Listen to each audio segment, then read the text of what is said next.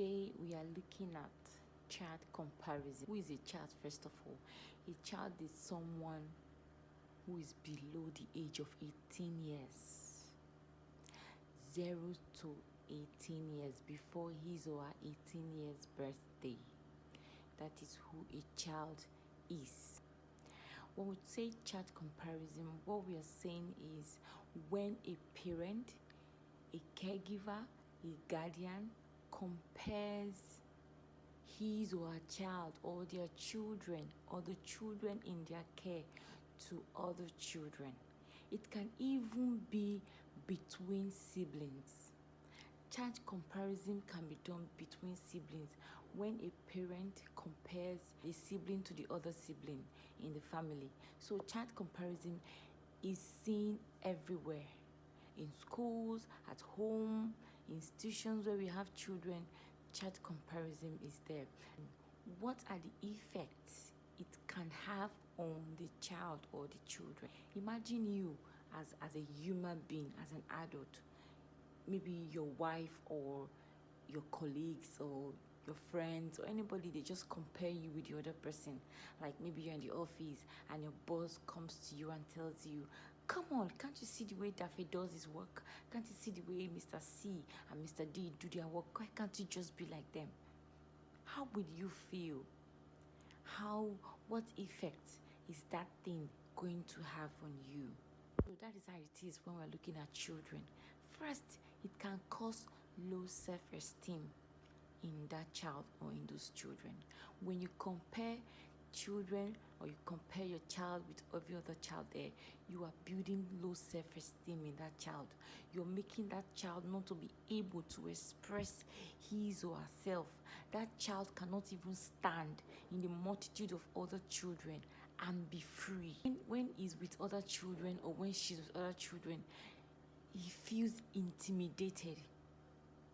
If he or she feels not worth it, not wanted. So it leaves that negative effect of low self-esteem. And we know what low self-esteem can do in the long run. It can lead to suicide.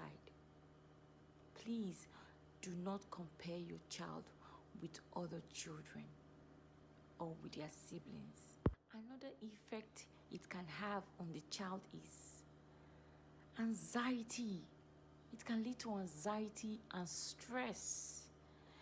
The child may want to now start meeting up with unrealistic behaviors that you are comparing that child with the other child. The child will start stressing his or herself, trying to meet up with this unimaginable standard that don't even exist. The child is being afraid to make a mistake. He wants to see what the other children are doing and then try to replicate so he can please you, either the parent, the caregiver, or the guardian.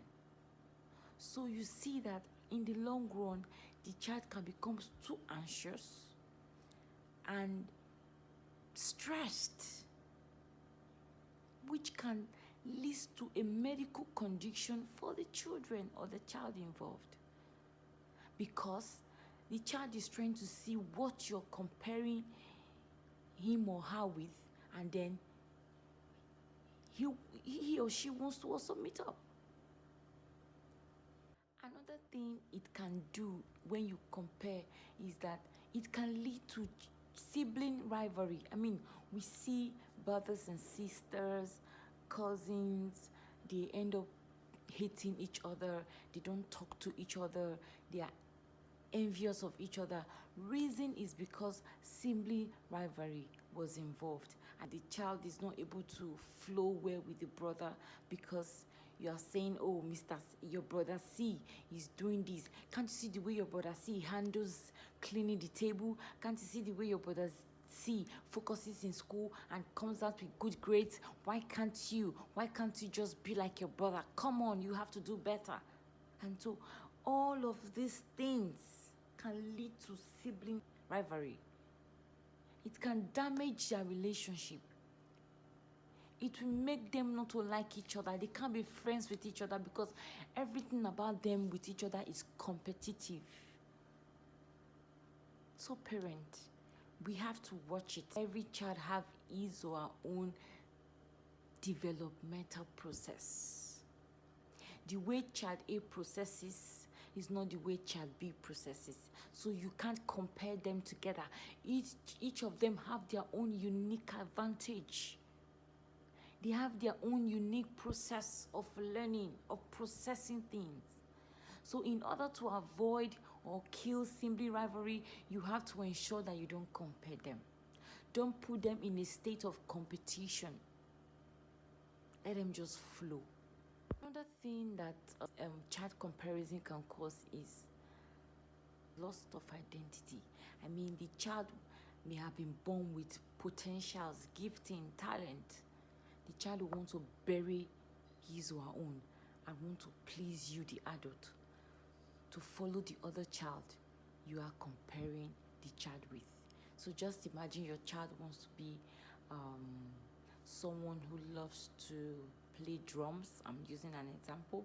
Your child loves to be on the drums, loves to beat the drums, and you're seeing that they're having a career day and the other child wants to be a doctor, and the doctor is presenting, and you get home, you tell your child, just look at you, you see you want to be beating drums. Are you a drum beater? What has drum beating given you? What will you go? Just go. I mean, can't you see what Mr. D did, Chad D did there? He was a D. He said he wanted to be a doctor, and so he expressed himself as a doctor. See the way everybody were now clapping for the Chad D. And then you're telling your child that, and your child feels very terrible. And next time when it's a career day, your child wants to be a doctor, he goes on stage and he just says anything just to make you happy. No, we shouldn't kill the gift and talent of our children because we are looking at what other children are coming out to say, or what they want to be, or the gifting and talent in other children. Let your child be. All you can do as a parent is to guard your child. Guide him good, give the child good counsel so that the child can know what to do. The moment you start comparing the child wants to kill his own gifts just to follow the other child's gifts. So, please. Another thing that child comparison can cause is resentment towards parents. I mean, hatred. Let me just use the word hatred. The child may now start feeling hate towards their parent or the caregiver or the guardian. Reason is because you are not creating an environment where the child is being free to express his or herself. I mean, the child, when he's around you, is pressured. Is placed in a box, in a circle, because you have set a limit for the child.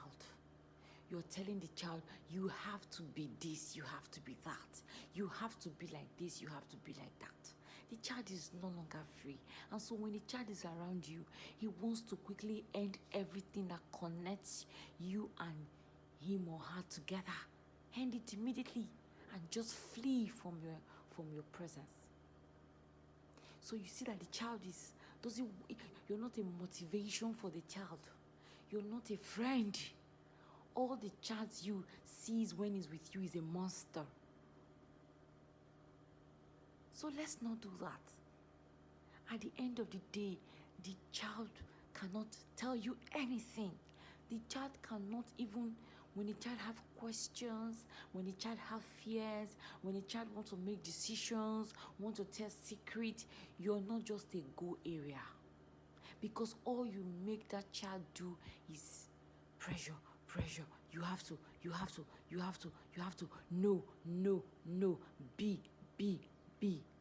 That's all the child sees. This isn't good for the parent-child relationship or the caregiver or guardian-child relationship. At the end of the day, you lost that child to the world. You lost that child to friends, to bad mentors, to people who influence the child negatively. At the end of the day, it may even lead to suicide because the child will start feeling unloved. The child will start feeling neglected, abandoned, not cared for. Oh, my mom is this. Oh, my dad is this. Oh, my auntie is this. And that is all the child will just be saying. I know that the reason why you're trying to compare the child is out of a place of love. Yes, but the child, because of their reasoning, because of how childly they are, they can't see that interior motive that you have towards them. So at the end of the day, all they see is this monster who wants to make them mini monsters. So you have to be careful. Now, what other healthier alternative can we have instead of comparing? What you can do is constantly praising your child. Oh, you did this, bravo, this is a good one. Oh, you can improve in this. Don't you think you should try out this method? Or what do you think? Not, why can't you just do it the way your sister did it? No, you're comparing. Or why can't you do it the way Chad did it the other day? Praise your child. Make your child feel loved and accepted. Oh no, just be yourself. When the child is saying this is what they want to be, oh nice, you want to be a Superman. Oh, but before you can be a Superman, do you know you have to, what you love to do? Get the child to talk to you. From there, you start rendering guidance and support. There is no pressure. There is no competition. The child is not looking at you and seeing you that you're trying to make him or her be like this person. All the child see is, my mommy just loves me, because the child is free. Have you noticed that when children are free around you, they tell you everything? They let you know what is going on, their fears, their decision, what happens every day. So, how would you rather be seen by your children? As a loving, caring mom, dad, guardian, caregiver, because you created an environment with no pressure, no anxiety, no comparison, but love and freedom to express themselves with proper boundaries and discipline. That is it. And at the end of the day, you won't be raising a great copycat. You'll be raising a fearless, bold child who can overcome difficulties and thrive in every situation they find themselves. So parenting is not just about going into the delivery room and bringing out children.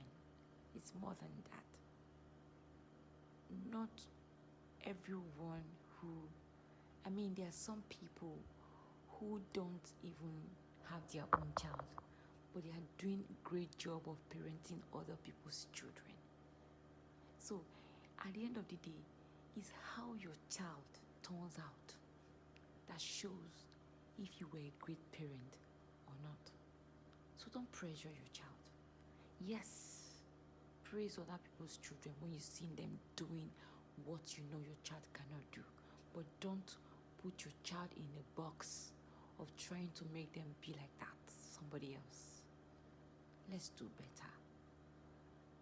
And as you do that, you will raise a global influencer, a warrior, a champion, and a star who will always attain for the best. Thank you for watching. Bye. Once again, my name is Evelyn Albert, and it's good to connect with you. Shalom.